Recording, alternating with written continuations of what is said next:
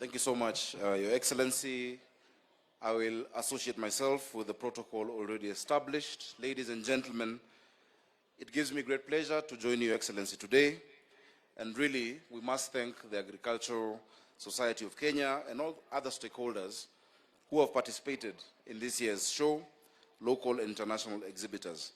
Your Excellency, as we've gone round, you have seen that the numbers have come up. You have seen how excited the children from all over the country are when they have seen you, and also the adults are also very excited to see you. Thank you, and we are honored as Nairobi County to have hosted you this time for the first time as president at the Nairobi show.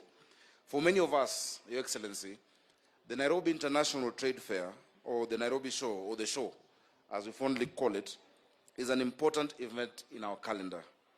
Our parents brought us here every year when we were young. Many of us got lost when found our way and got in trouble in the evening.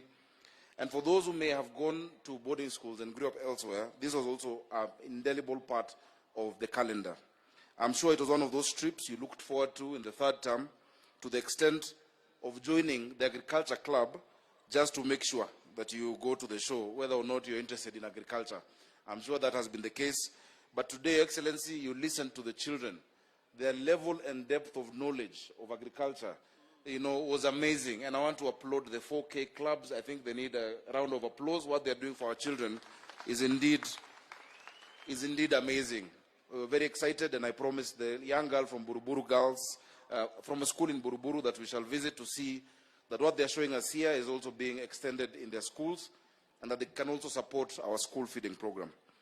Ladies and gentlemen, the greatest task that we have, and that I have as governor of Nairobi, is to keep providing opportunities, economic opportunities for our young people. The greatest challenge that we have, and I'm glad we have the security forces here, the greatest challenge we have as a country is not external aggression, it is not Al-Shabaab, it is not Al-Qaeda, but it's millions of young, disillusioned, disengaged young people who have no jobs. And that is the category, or rather that is where our focus must be, in providing opportunities for young people, and agriculture presents an amazing place for us to do that. Your Excellency, I was here yesterday, and I had the opportunity to go around. I visited various stands, many organizations, institutions that are here exhibiting, and I got the chance to speak to a few traders, and I'm glad you also saw some of them in the Nairobi stand. The greatest takeout that I got from them is that people are simply just looking for an opportunity, for a chance, for an opportunity to showcase their hard work and to be able to earn a living. The citizens don't want too much from government. I think all Kenyans invariably want the same thing: to go about their lives peacefully, to make something out of themselves and guarantee their children a future. Your Excellency, you have led the way in creating these opportunities for the people of Kenya, and as governors, as leaders at the county level of government, I want to pledge that we support that, and we also are following your cue in providing these opportunities. Many of the people here, many of the farmers, many of the traders have gone through various challenges to enable them to reach where they are today. They have worked hard, and they proudly stand to showcase the fruits of their labor. This week is an opportunity to showcase what people of Nairobi have to offer, and we must continue creating an enabling environment for them. On our part, we are constructing new markets across the 17 sub-counties to decongest those that we already have, and to offer opportunities to everyone. We're also putting our traders, many whom I spoke to yesterday, who are doing curios, on an e-commerce platform so that we can expand their market, that the market is not limited to the physical horizons locally, but also internationally, that people can be able to see the beautiful products that are coming from this country. We're also devolving the market facilities, moving them closer to the residential estates, and of course this will increase accessibility to basic commodities found in the markets. These markets have been designed and are going to be constructed according to specific needs of the traders and of the people, and aspirations of the users and other stakeholders. This financial year alone, and I'm grateful to the County Assembly of Nairobi, we have allocated 700 million shillings for the ongoing construction of identified markets. An additional 100 million has gone into the relocation of informal traders and hawkers who are moving from the main streets in the CBD to back streets that are almost complete, Your Excellency. Your Excellency, we are very keen in providing a conducive environment to do business and to support all efforts to promote trade and agri-based investment opportunities.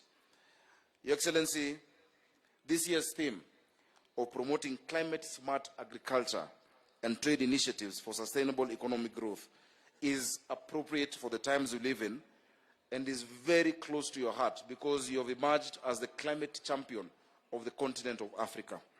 Your Excellency, we hope and we pray, and those of us who are policymakers and implementers must move it from just high-sounding declarations to actual action on the ground and in the areas of our spheres of influence. Climate change is impacting our lives daily. It is impacting our food production and food security. We are very keen on supporting urban agriculture as a county. To grow economically and to be food secure, we must embrace technology and innovation in our agriculture sector to provide an opportunity for those in the sector to increase the productivity while better managing natural resources.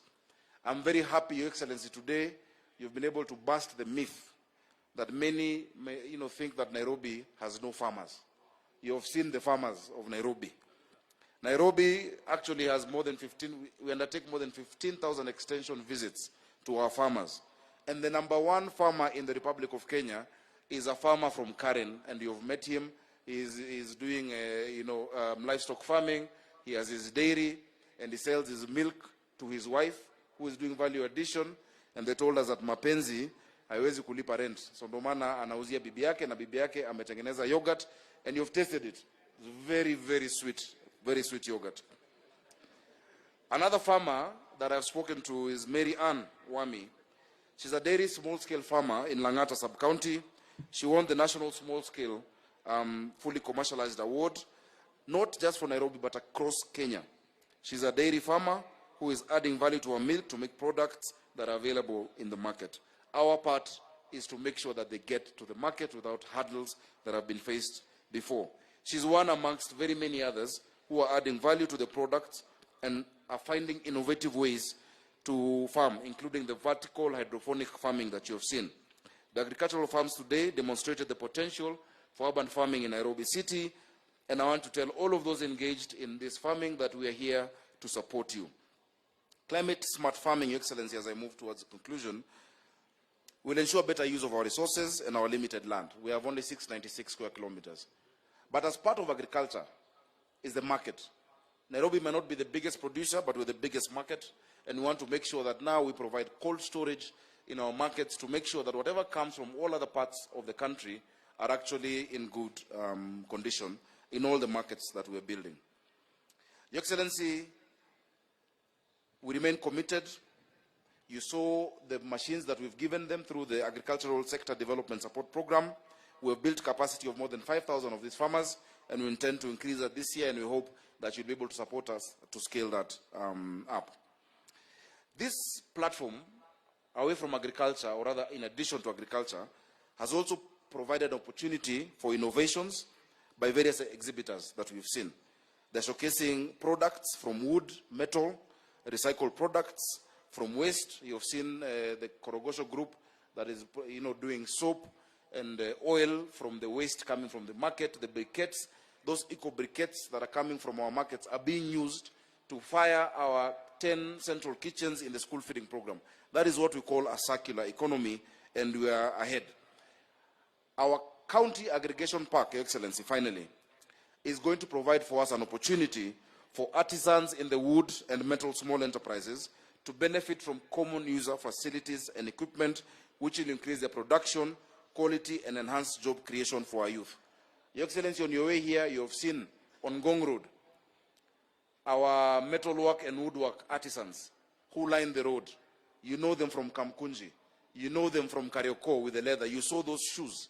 There is no excuse as to why we should import shoes, while if we just provide the common user facilities to these young people, all school-going children should have shoes made in Kenya. If you want a shoe from outside, that is a luxury, you should pay for it. But that money should allow us to create jobs. These jobs will not create themselves, Your Excellency, and that's why we're supporting you It is concerted and deliberate effort like what we are doing. And that's why the County Aggregation Industrial Park project, where you're matching us shilling for shilling as counties, is a part of that process. We will create opportunities and jobs for our young people. To all the exhibitors, to everybody who's come to Nairobi, Karibuni Nairobi, you can count on us for your support. To the Agricultural Society of Kenya, you can count on us. We have done the lighting, we've done the roads, and I'm glad that you've accepted that we can innovate together. That we can innovate further together. Your Excellency, this land that we're sitting in is very prime land that needs to have value throughout the year. I congratulate the SK for what you've done with the convention facility, but it cannot be that we only use this for 1 week in the whole year. There's so much more that we can derive for it, especially for our young people. Thank you so much, Your Excellency. Thank you for gracing this event. Asanteni sana.